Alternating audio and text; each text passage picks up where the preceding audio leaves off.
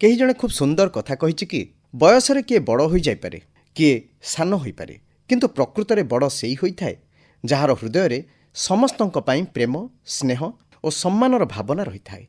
ନମସ୍କାର ଶ୍ରୋତାବନ୍ଧୁ, ମୁଁ ସତ୍ୟଜିତ ସାମନ୍ତରାୟ ଆପଣଙ୍କ ସହ ଛୋଟ ଏକ କାହାଣୀକୁ ନେଇ।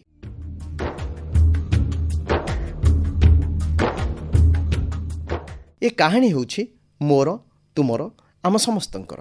କଳ୍ପନା କରନ୍ତୁ ଯେ ଆପଣଙ୍କର ଏକ ବ୍ୟାଙ୍କ ଆକାଉଣ୍ଟ ଅଛି ଏବଂ ପ୍ରତିଦିନ ସକାଳେ ସେହି ବ୍ୟାଙ୍କ ଆକାଉଣ୍ଟରେ 86,400 ଟଙ୍କା ଆପେ ଆପେ ଜମା ହୋଇଯାଉଛି, ଯାହାକୁ ଆପଣ କେବଳ ସେହି ଦିନରେ ହିଁ ବ୍ୟବହାର କରିପାରିବେ। ଆପଣ ଆପଣଙ୍କ ବ୍ୟାଙ୍କ ଆକାଉଣ୍ଟରୁ କୌଣସି ଟଙ୍କା ଉଠାଇ ପାରିବେ ନାହିଁ କିମ୍ବା ଏହାକୁ ଅନ୍ୟ କାହା ଆକାଉଣ୍ଟକୁ ଟ୍ରାନ୍ସଫର ମଧ୍ୟ କରିପାରିବେ ନାହିଁ। କେବଳ ଆପଣ ପ୍ରତିଟି ଟଙ୍କାକୁ ବ୍ୟବହାର କରିପାରିବେ, ତାକୁ ଖର୍ଚ୍ଚ କରିପାରିବେ। ଯଦି ଆପଣ ବ୍ୟବହାର କରିବାକୁ ସକ୍ଷମ ନ ହୁଅନ୍ତି, ଦିନ ଶେଷରେ ଯାହା ଟଙ୍କା ବଳିଥିବ ସେ ସବୁ ଟଙ୍କା ପୁଣି ଥରେ ଆସିଥିବା ଆକାଉଣ୍ଟକୁ ଫେରିଯିବ। ଏହି ବ୍ୟାଙ୍କ ଆକାଉଣ୍ଟ ଯେକୌଣସି ସମୟରେ ବନ୍ଦ ମଧ୍ୟ ହୋଇଯାଇପାରେ। ହୋଇପାରେ ଆଜି ବନ୍ଦ ହୋଇଯିବ, ହୋଇପାରେ କାଲି, 2 ବର୍ଷ ପରେ, 50 ବର୍ଷ ପରେ, କୌଣସି ବି ସମୟରେ ଏହି ବ୍ୟାଙ୍କ ଆକାଉଣ୍ଟ ବନ୍ଦ ହୋଇଯାଇପାରେ।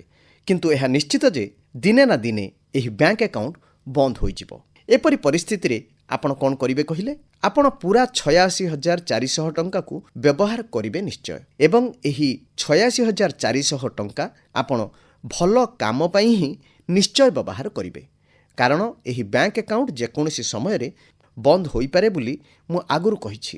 ଆପଣ ଜାଣନ୍ତି କି ଆମ ସମସ୍ତଙ୍କର ସମାନ ବ୍ୟାଙ୍କ ଆକାଉଣ୍ଟ ରହିଛି, ଯାହାର ନାମ ହେଉଛି ଜୀବନ। ଏହି ଜୀବନ ବ୍ୟାଙ୍କ ଆକାଉଣ୍ଟରେ ପ୍ରତିଦିନ 86,400 ସେକେଣ୍ଡ ଜମା ହୋଇଥାଏ। ଏହାକୁ କିପରି ବ୍ୟବହାର କରିବା ତାହା ଆମ ଉପରେ ନିର୍ଭର କରେ। ଯଦି ଆମେ ଚାହୁଁ, ଭଲ କାମ ପାଇଁ ଆମେ ଏହି 86,400 ସେକେଣ୍ଡ ବ୍ୟବହାର କରିପାରିବା, ଏବଂ ଯଦି ଆମେ ତାହା ନ କରିବା ତାହା ସମ୍ପୂର୍ଣ୍ଣ ନଷ୍ଟ ହୋଇଯିବ। ଜୀବନର ଏହି ବ୍ୟାଙ୍କ ଆକାଉଣ୍ଟ ଯେକୌଣସି ସମୟରେ ମଧ୍ୟ ବନ୍ଦ ହୋଇଯାଇପାରେ। ତେଣୁ ବିଳମ୍ବ କରନ୍ତୁ ନାହିଁ।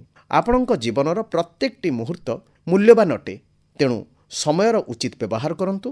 ଯଦି କାହାକୁ ବ୍ୟାଙ୍କ ଆକାଉଣ୍ଟ ଦିଆଯାଏ ଯେଉଁଥିରେ 86,400 ଟଙ୍କା ଜମା ହୋଇଥାଏ, ତେବେ ସେହି ବ୍ୟକ୍ତି ବହୁତ ଖୁସି ହେବେ ଏବଂ ଗୋଟିଏ ଟଙ୍କା ମଧ୍ୟ ନଷ୍ଟ କରିବେ ନାହିଁ।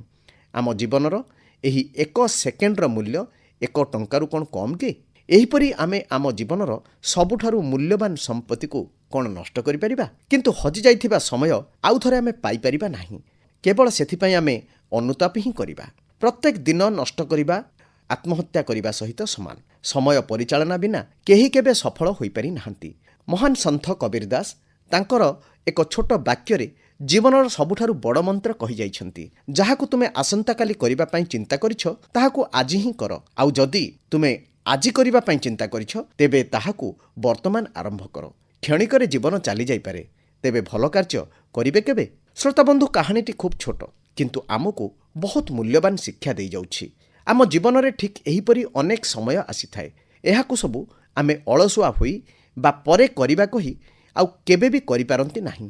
ଜୀବନରେ ସମୟକୁ ବ୍ୟବହାର କରିବା ହେଉଛି ମହାପୁରୁଷମାନଙ୍କ ସଫଳତାର ମୂଳ ମନ୍ତ୍ର। ହଁ ଶ୍ରୋତାବନ୍ଧୁ, ଆପଣ ମଧ୍ୟ ଗତକାଲିକୁ ଭୁଲିଯାନ୍ତୁ। ଆଜି ଏକ ନୂତନ ଆରମ୍ଭ କରନ୍ତୁ। ବିଶ୍ୱାସ କରନ୍ତୁ, ଯେଉଁମାନେ ସମୟକୁ ନଷ୍ଟ କରନ୍ତି ନା, ସେମାନଙ୍କୁ ସମୟ ହିଁ ଦିନେ ନଷ୍ଟ କରିଦିଏ। समय का पहिया चलता है, दिन ढलता है, रात आती है। रात में जब एक छोटा सा नन्हा सा दीपक जलता है, उसकी जरा सी जोत सही पर दूर से उसको देख कोई बरसों का मुसाफिर गिरते गिरते संभलता है। समय का पहिया चलता है, दिन ढलता है, रात आती है।